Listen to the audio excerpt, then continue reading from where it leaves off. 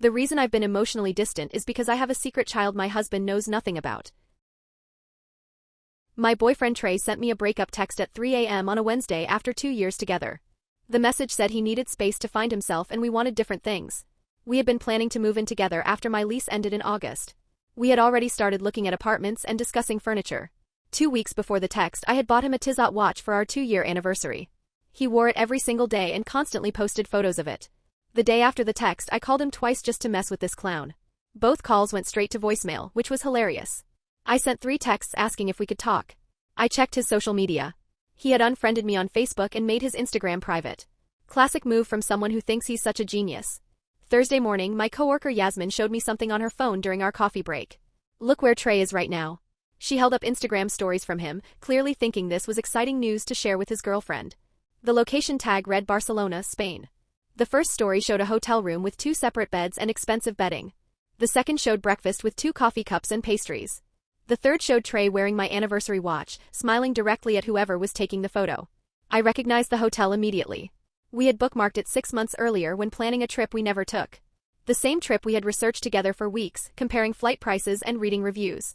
The trip that cost $3,000 per person according to our detailed budget spreadsheet. Yasmin scrolled to the next story, still excited to show me what she thought was cool vacation content. A girl with blonde hair and a nose ring was tagged. Gemma, I knew her. She worked in Trey's office as a social media coordinator. She was 22. I had met her at his company holiday party in December. The final story showed both of them at Park Yell taking selfies together. Gemma was wearing a sundress I had saved in my online shopping cart, but never bought because I thought it was too expensive at $180. Trey had his arm around her waist in the exact same pose we used to do for photos. Yasmin was looking at me expectantly, probably waiting for me to get excited about Trey's vacation or ask who the girl was. I just said, "Thanks for showing me," and walked back to my desk. I screenshot everything before the 24-hour stories expired and sent them to my friend Liana. "Look at this absolute clown," I texted her. Trey had blocked me on Instagram, but deliberately left his stories public for everyone else to see. This dumbass thought he was being so smart, but he had no idea how pathetic he looked. Friday afternoon, I received a Venmo request from Trey. The amount was $47. The description read, "Gas money. Thanks." I burst out laughing. He had blocked me on every platform except Venmo, the app where money changes hands. This absolute actually thought I would pay him while he was in Spain with another woman. I called Lina immediately. "You're not going to believe this. This clown just asked me for gas money while he's in Barcelona." Lina couldn't stop laughing either. We both knew he was about to get a reality check. I couldn't stop refreshing their Instagram stories because this train wreck was too entertaining to miss. Every new post was more ridiculous than the last. They thought they were living their best life in Barcelona while he had the balls to ask me for money. Saturday evening, they posted photos from a rooftop restaurant in Barcelona that I recognized from our shared Pinterest board. Gemma wore the watch Trey usually wore on his right wrist. My watch, the one I had saved for 3 months to afford by bringing lunch to work every day. She had it wrapped around her wrist like a bracelet because it was too large for her tiny frame. I couldn't stop laughing at how ridiculous she looked wearing a men's watch that clearly didn't fit her. Sunday night, they returned to Chicago on a late flight. Trey posted a photo of himself at O'Hare Airport with the caption, "Back to reality." He was no longer wearing my watch anywhere in the photo. Probably gave it to his little girlfriend as some grand romantic gesture. How original. Monday morning, I was still checking Gemma's Instagram highlights because her profile was completely public. Among her stories about the Barcelona trip was something that made me stop dead in my tracks. She had posted a screenshot of her Venmo payment with some text about finally sending money for our dream trip. The screenshot showed $1,847 sent to Trey with the description, "Barcelona Fund." The timestamp read, Tuesday, 11:23 p.m. 4 hours before he sent me the breakup text, I screenshot that transaction and sent it to Lina with crying, laughing emojis.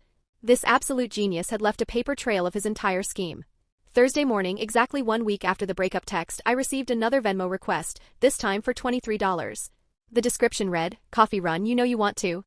The emoji he included was the same one he used to send me when we were together. I looked at his smiling profile photo where he was still wearing my watch and started cracking up. This man actually thought he could treat me like his personal ATM after what he did. But here's what this clown didn't realize. I knew exactly how to make him come crawling back. And when this dumbass did, he was going to regret ever messing with me. First update. So, exactly 1 week after Mr. I Need Space sent that pathetic breakup text, I decided enough was enough. This man thought he could just ignore my calls and texts while begging for gas money. Time for a reality check. I called his office directly and asked to speak with Trey about a personal matter regarding shared expenses. The receptionist put me through immediately. When he picked up, I could hear him scrambling to get somewhere private. He started with this nervous laugh and said he couldn't talk because he was in meetings all day. I told him that was interesting since he seemed to have plenty of time for Instagram stories and Venmo requests. The silence was golden. Then he got defensive and said we needed to be mature about this breakup and that meant giving each other space to process. I asked him point blank about Gemma and the Barcelona trip. He actually had the balls to tell me I was imagining things and that Gemma was just a work friend who happened to be on vacation at the same time. When I mentioned the 18840,000 transaction, he went completely silent for like 30 seconds. Then he claimed that was just him paying her back for covering his share of team lunch expenses over several months. I started laughing so hard I couldn't breathe. Team lunch expenses for $1,800. This man really thought I was born yesterday. He kept insisting that I was making connections that weren't there and that my behavior was becoming concerning. When I asked about my watch, he said he forgot he was wearing it and would return it soon. The way he said forgot, like a $400 Tiote watch, just slips your mind. I told him I wanted it back by Friday and that we needed to meet in person to discuss our shared belongings. He agreed, but only if we met somewhere public. Wednesday afternoon, my sister Vivian called me, completely losing her mind. Apparently, our mutual friend Edgar had seen Trey's Instagram stories and told his girlfriend, who told Vivian's roommate, who finally told Vivian. Small world, right? But here's where it gets interesting. Edgar mentioned that at some work happy hour in January, Trey had been complaining about how expensive I was and how I always wanted to do costly activities. This was news to me since I was the one paying for most of our dates and bringing lunch to work to save money for his anniversary present. Vivian was absolutely livid and wanted to drive to his apartment immediately. To confront him, I had to physically stop her from showing up at his place because honestly, watching this man dig his own grave was way more entertaining than having my sister tear him apart. She kept saying she never liked him anyway and that she always thought he was using me. Classic sister response, but she wasn't wrong. Thursday morning, I get a text from Trey saying he wanted to push our meeting to Saturday because work was crazy. The audacity of this man to think he could control the timeline after what he did.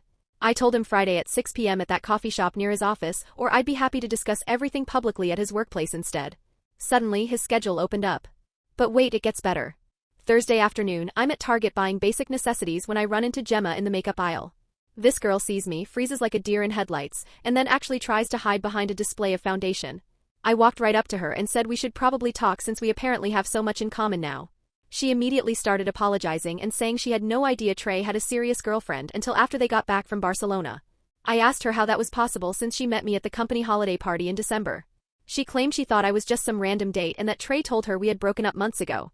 When I showed her the screenshot of her Venmo payment to him time-stamped 4 hours before he broke up with me, her face went completely white. She started rambling about how Trey had been talking about this trip for weeks and how he said he needed a vacation after ending a toxic relationship. Toxic relationship. This man told his little side piece that I was toxic while wearing the watch I bought him and using her money to fund his getaway. Gemma kept saying she would never have gone if she knew the truth and that she felt terrible about everything. I told her she could keep feeling terrible because I honestly didn't care about her guilt. What I cared about was the fact that she was clearly being played just as much as I was. When I asked if she knew where my watch was, she got even more uncomfortable. Apparently, Trey told her it was a gift from his grandmother and that it had sentimental value. This lying piece of trash gave my anniversary present to another woman and made up some soba story about dead relatives. The conversation lasted maybe 10 minutes, but I got more information from her than I'd gotten from Trey in a week. She mentioned that he'd been planning to ask his boss for a promotion and that he thought dating someone from the office would help his image. She also said he'd been looking at expensive apartments way outside his budget and complaining about needing to find ways to make more money. When I got back to work Friday, I finally told Yasmin what had actually happened. She was shocked and kept saying she had no idea when she showed me those Barcelona stories that they were cheating photos.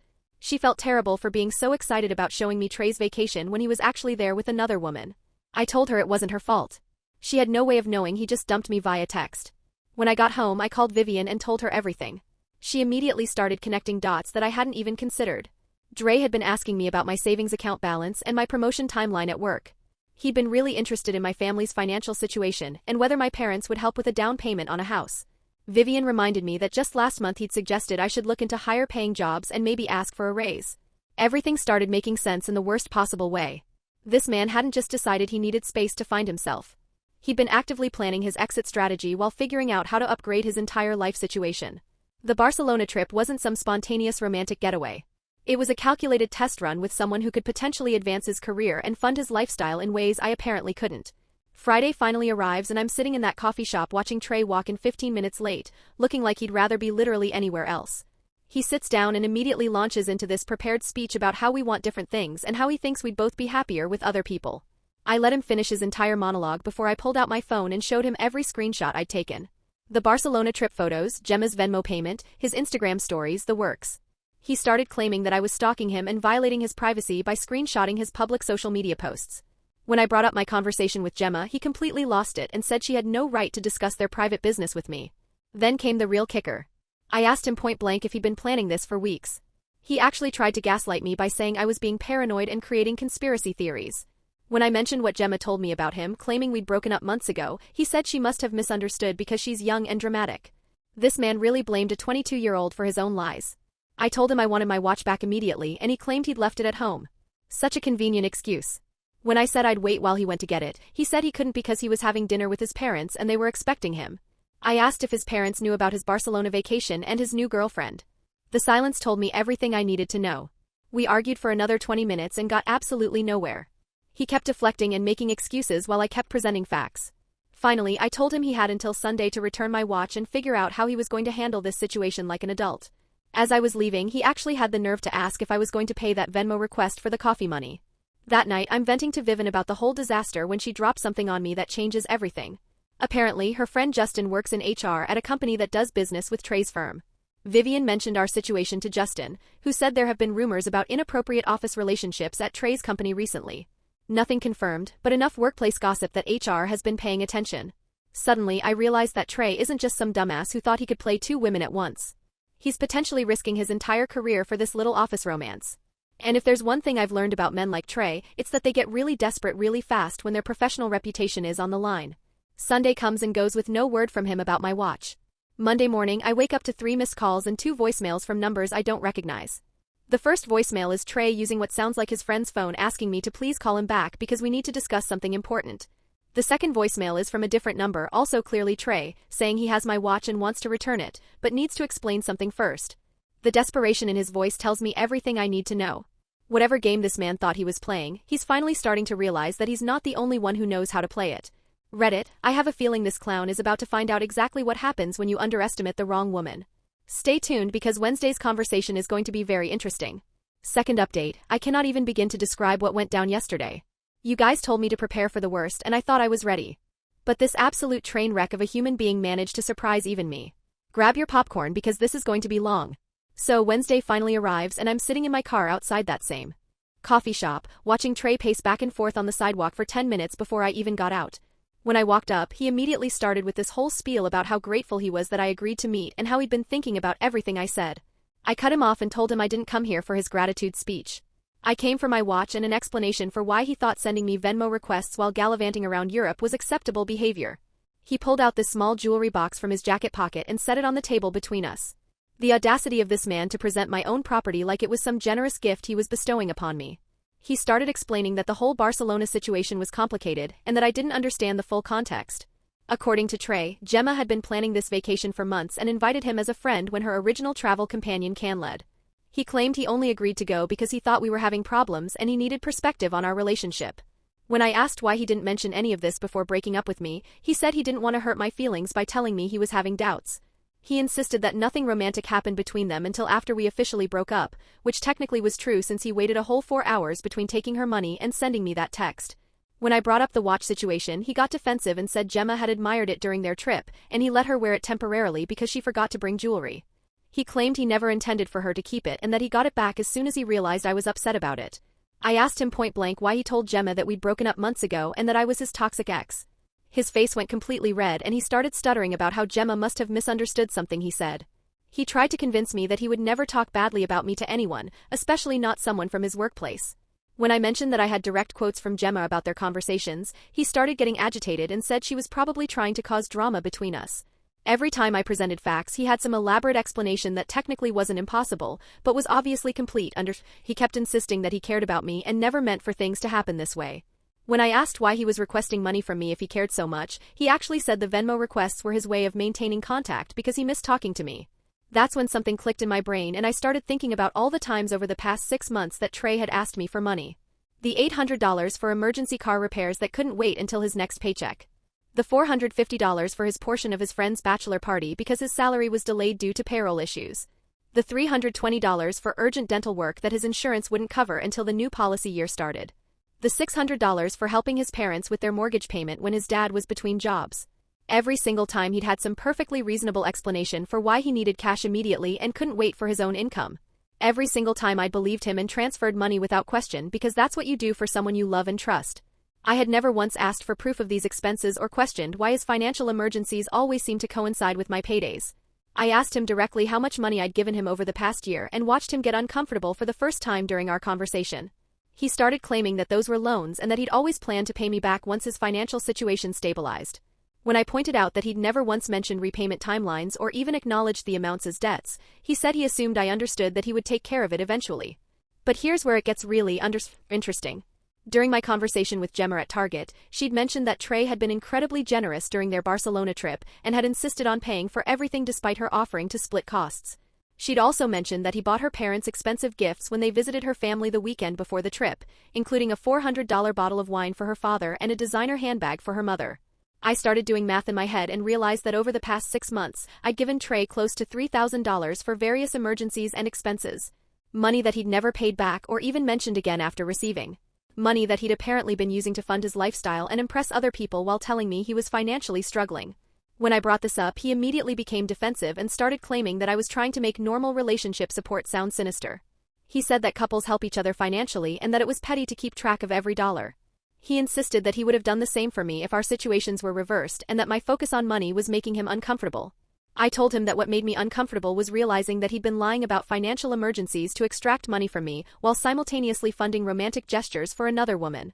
He tried to argue that the timeline didn't overlap, but I reminded him that Gemma's parents received their expensive gifts the same week he'd asked me for dental work money.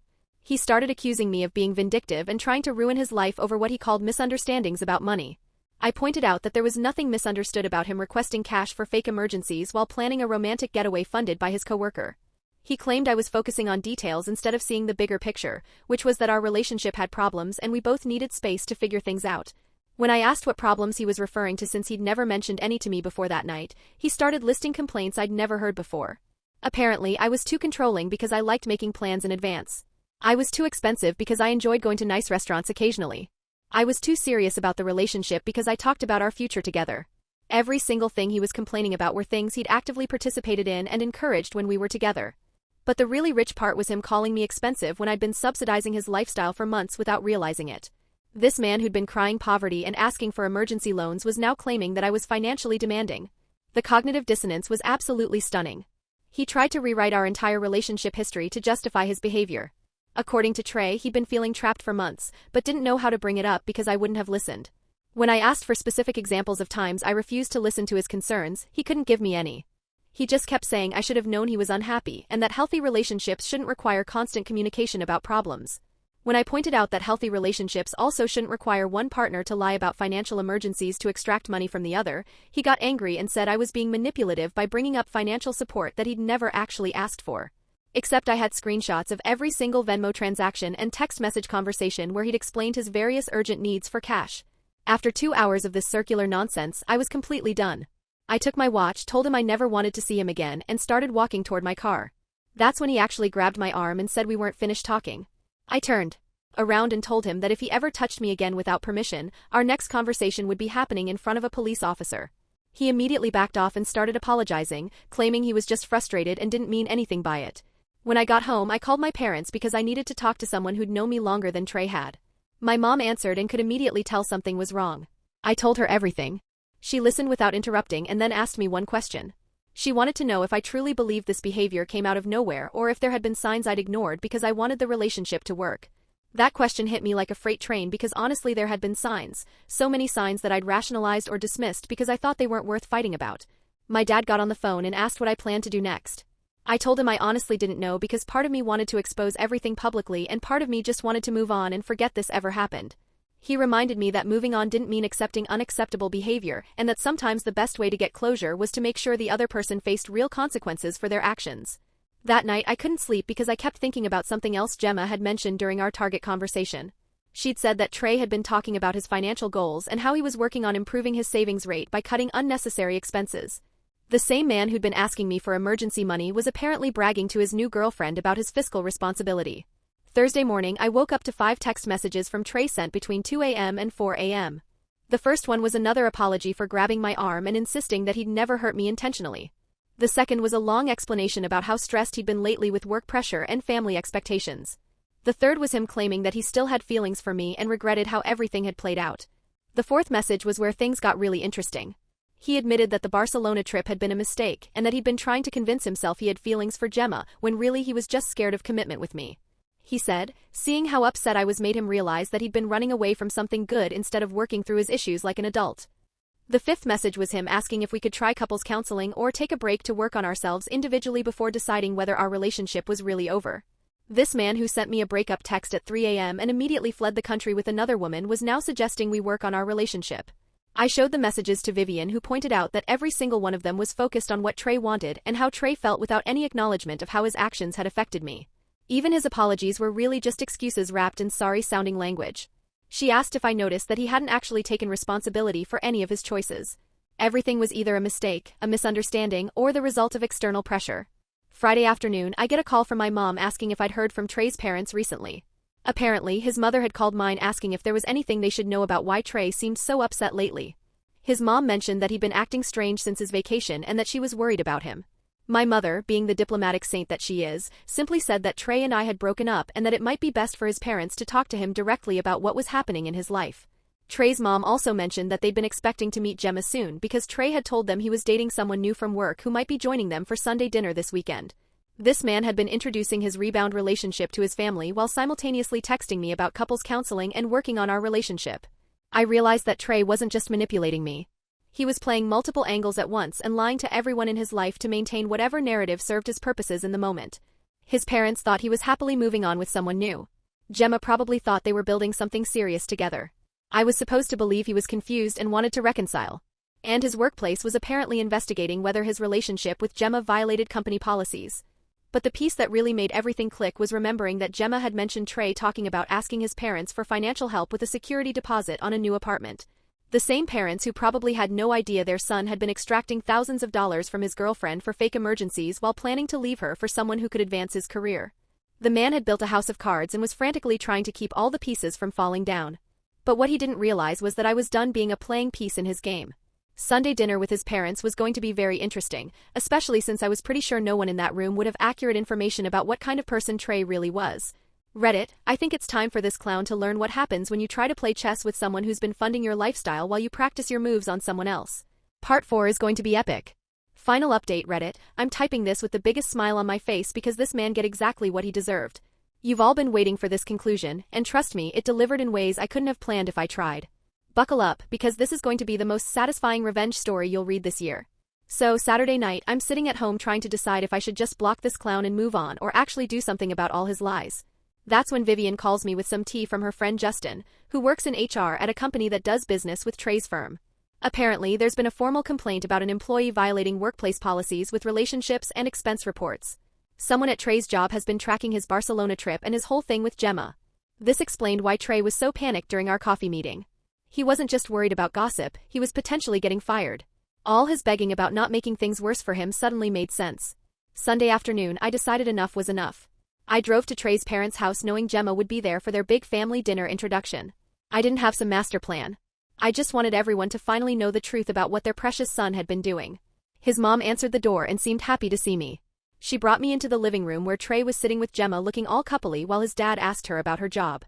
The look on Trey's face when he saw me was priceless. Pure terror mixed with rage that I actually showed up. His parents were acting like everything was normal and talking about how nice it was that we could all be friends after the breakup. That's when I realized Trey never told them we just broke up 2 weeks ago. They thought our relationship ended months ago, which is why they were cool with him bringing someone new around. I sat down and told his parents there might be some confusion about when things actually happened. I explained that Trey sent me a breakup text 2 weeks ago at 3 a.m. and immediately went to Barcelona with Gemma. Trey started interrupting and saying I was confused about dates, but I pulled out my phone with all the screenshots, the breakup text, his Instagram stories from Barcelona, wearing my watch, everything. Gemma's face went white looking at the evidence. She finally understood that Trey had lied about literally everything regarding our relationship timeline. I told his parents about all the fake emergencies Trey had been using to get money from me. The $800 for car repairs, the $450 for bachelor party costs, the $320 for dental work, the $600 to help with their mortgage when his dad was supposedly between jobs. His dad's face went completely red and he stood up from his chair. What the hell are you talking about? I was never between jobs. We never needed help with our mortgage. His voice was getting louder with each word and Trey started shrinking into the couch. His mom asked what dental problems because Trey never mentioned any dental issues to them. When I showed them the text where he asked me for dental money, she started shaking her head and saying, "This can't be real." Gemma mentioned that Trey bought expensive gifts for her parents the week before Barcelona. Wine for her dad that cost $400 and a designer bag for her mom. When his mom asked where he got money for expensive gifts when last month he was crying to them about needing $1,200 for an apartment deposit because he was completely broke, she started raising her voice asking, "How could you lie to us like this?" His dad was pacing around the room getting more angry by the minute. "So you've been taking money from everyone, from us, from her, while spending it on some girl from your office?" Trey tried to interrupt, but his dad cut him off. "Don't you dare speak right now. We raised you better than this." His parents are old school, strict, and I could see where this was going. His mom was crying now, asking how her son could look her in the eye and lie about needing money while he was buying gifts for another woman's family. "What kind of person did we raise?" she kept saying over and over. Trey started panicking and claiming everything was just misunderstandings and bad timing.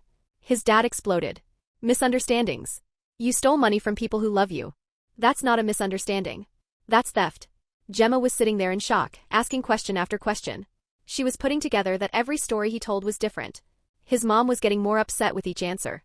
"Why did you need money for things that never happened? Why didn't you tell us you could afford expensive trips?" She was so disappointed. Instead of apologizing, this absolute idiot started attacking me for showing up and ruining his dinner. He said I was obsessed and couldn't handle that we were over. His dad lost it completely. "You think she's the problem here? She's the only one telling the truth." His voice was so loud I thought the neighbors might call the cops. "You lied to everyone in this room and you're blaming her." His mom stood up and started yelling too. "I don't even know who you are anymore. The son I raised wouldn't steal from his family. The son I raised wouldn't lie about emergencies for money."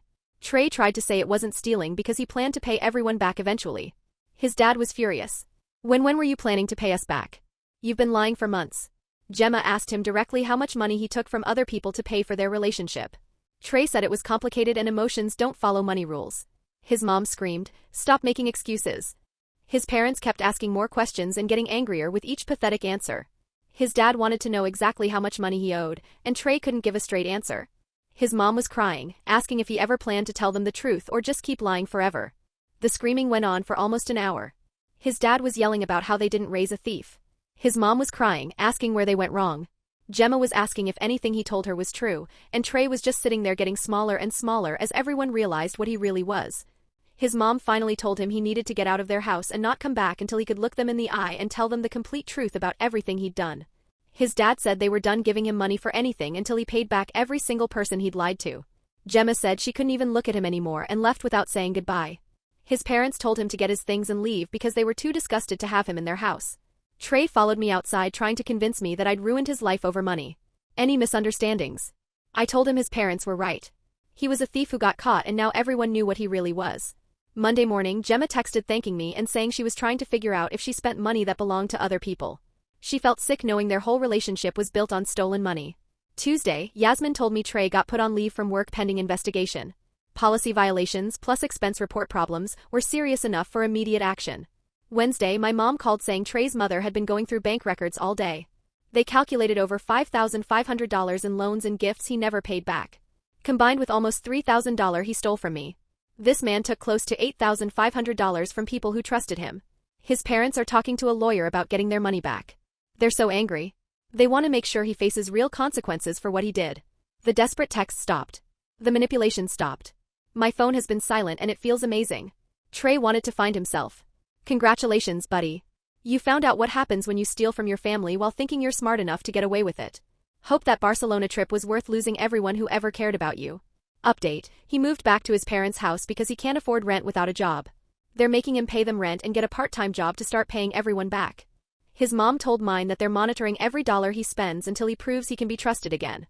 The man who thought he was so clever is now 27 years old, living under his parents' rules while working retail to pay back the money he stole.